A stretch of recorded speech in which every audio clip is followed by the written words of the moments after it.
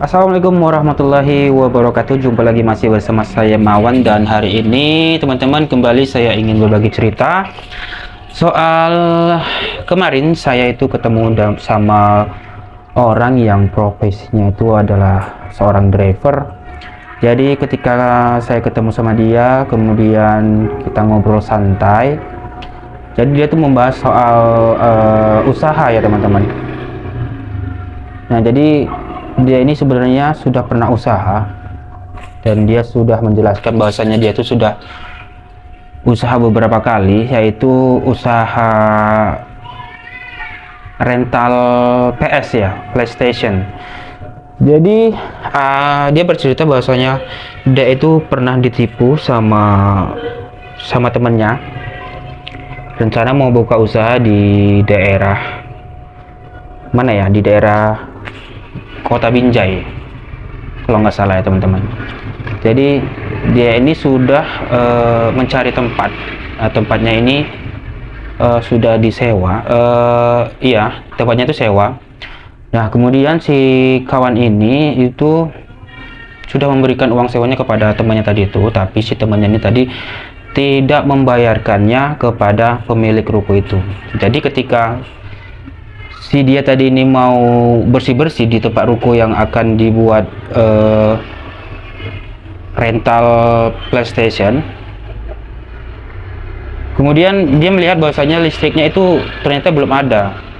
Nah, ketika dia mengadu kepada pemilik ruko bahwasanya listriknya itu belum ada, si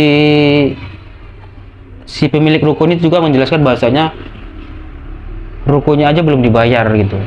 Gimana kita mau pasang listriknya? Nah, sontak dia itu langsung kaget ya, loh ternyata belum dibayar, pantas ya kan gitu kan. Nah jadi dia itu ternyata merasa ditipu, ya memang ditipu sih sebenarnya, ditipu. Jadi uangnya itu dibawa lari ya, digunakan untuk keperluan pribadinya gitu kan. Nah itulah sebenarnya satu pelajaran juga bagi kita yang mungkin ingin memulai usaha, ya harusnya berhati-hati ya kepada orang-orang yang kita anggap bisa dipercaya tapi nyatanya tidak sesuai apa yang kita harapkan. Nah, selain dia bercerita tentang usaha, ternyata dia juga memiliki bakat potong rambut ya. Jadi dia sudah pernah belajar secara otodidak mengenai potong rambut, dan sebenarnya dia tertarik untuk untuk lebih mengembangkan bakat ini, karena dia melihat peluangnya itu untuk sekarang ini ya, semakin berkembang ya. Yang namanya bisnis barbershop itu sekarang ini semakin banyak dan semakin berkembang. Jadi nggak salah kalau kita melihat di berbagai tempat di wilayah perkotaan, yaitu banyak sekali barbershop bermunculan ya, dengan brand-brand baru. Masing-masing mereka mengunggulkan servis, kualitas dan layanan ya. Nah jadi ketika dia berbicara seperti itu, saya mulai tertarik, karena saya memang sebelumnya sudah menerangkan bahwasanya saya adalah seorang pelaku barber dan juga pemilik usaha gitu. Jadi dia berbicara tentang itu, kemudian saya tanggapin, kemudian saya beri masukan gitu. Kalau memang abang itu mau beralih profesi sebagai barber ataupun punya niat untuk membuka usaha, kenapa harus ditunda-tunda gitu? Masalahnya apa? Nah dia menjawab pada waktu itu dia masih ragu dengan kemampuannya gitu, dengan ilmunya ya masih setengah-setengah. Dan dia juga tanya-tanya tentang peralatan apa yang harus dibeli, yang layak untuk dibeli. Tapi memang sebenarnya dia sudah punya alat sendiri dengan yang nggak mahal kali lah ya, sekitar di bawah 1 juta dia beli itu alat tuh, sudah ada. Cuman memang kalau menurut saya aksinya memang kurang ya. Jadi itu tadi, sebenarnya kalau dia memang mau mengembangkan bakat ini, yaitu kita harus banyak-banyak praktek. Kita panggilin orang-orang yang mau kita buat ganteng ya, tujuannya untuk mengasah keterampilan kita ya, supaya hasilnya tuh lebih maksimal, kita bisa lebih detail, kita bisa lebih rapi ya, kita juga mengerti tren-tren sekarang ini, tren-tren haircut itu seperti apa ya. Nah di situ kan nanti bisa kita manfaatkan ya, kita manfaatkan untuk mencari peluang gitu. Kalau misalkan kita mau buka usaha di titik-titik tertentu ya, kita tahu marketnya harus gitu ya, harus tahu marketnya, kita harus bisa menerapkan harga berapa yang harus kita di apa ya, kita terapkan di situ. Nah jadi si teman ini memang sih punya rencana untuk bisa jadi barber ataupun punya niat untuk buka usaha sendiri ya, tapi itulah mungkin itu problem pribadinya lah ya mungkin. Karena gini teman-teman, dia juga menerangkan bahasanya dia tuh sebenarnya punya tempat sendiri gitu, dia tuh ada jatah dari keluarganya, ruko, beberapa ruko, tapi sudah dibagi-bagi, dan si kawan ini salah satu adalah pewarisnya gitu. Jadi menurut saya sangat disayangkan sekali bahasanya kita punya tempat tapi kita tidak bisa berdayakan, kita tidak bisa jadikan itu ladang penghasilan bagi kita ya.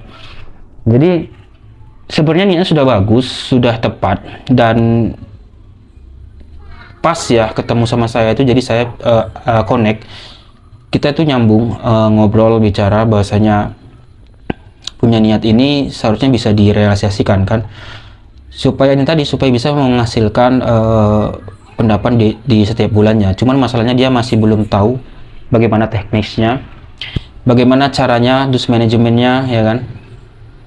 Nah sebenarnya ya itu tadi, kalau misalkan dia memang mau niat punya belajar bagaimana cara membangun usaha ataupun sebagai entrepreneur ya, terus mau merangkap juga menjadi barberpreneur juga bisa.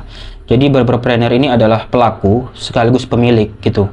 Nah jadi seperti itulah, saya juga bisa dibilang barberpreneur ya, saya itu pelaku barber tapi juga pemilik usaha.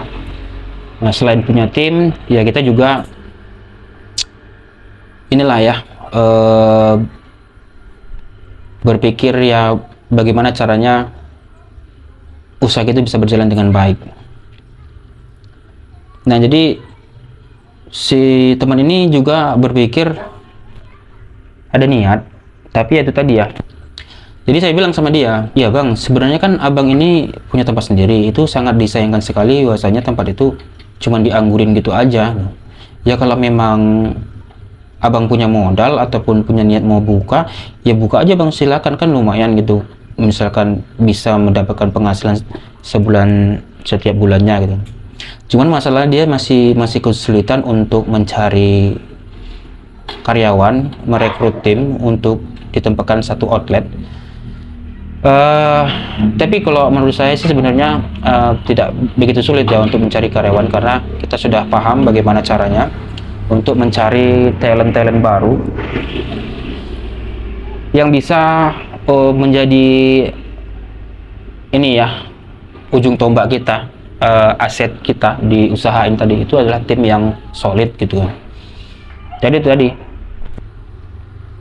Nah setelah dia mendengar penjelasan dari saya itu sedikit termotivasi gitu, bahkan dia itu mau belajar untuk jadi seorang barber dan memahami tentang bagaimana caranya untuk memulai usaha barbershop gitu ya. Ya menurut saya itu sangat niat yang bagus sekali ya, niat yang sangat ya saya anjurkan lah.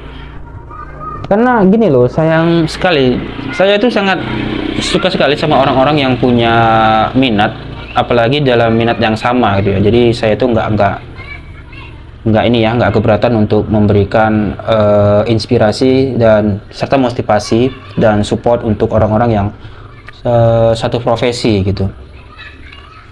Jadi mungkin ya di rumah mungkin dia berpikir ya, mungkin kedepannya dia nggak tahu apakah dia mau buka usaha PlayStation atau dia mau buka usaha barber, tapi saya nggak tahu.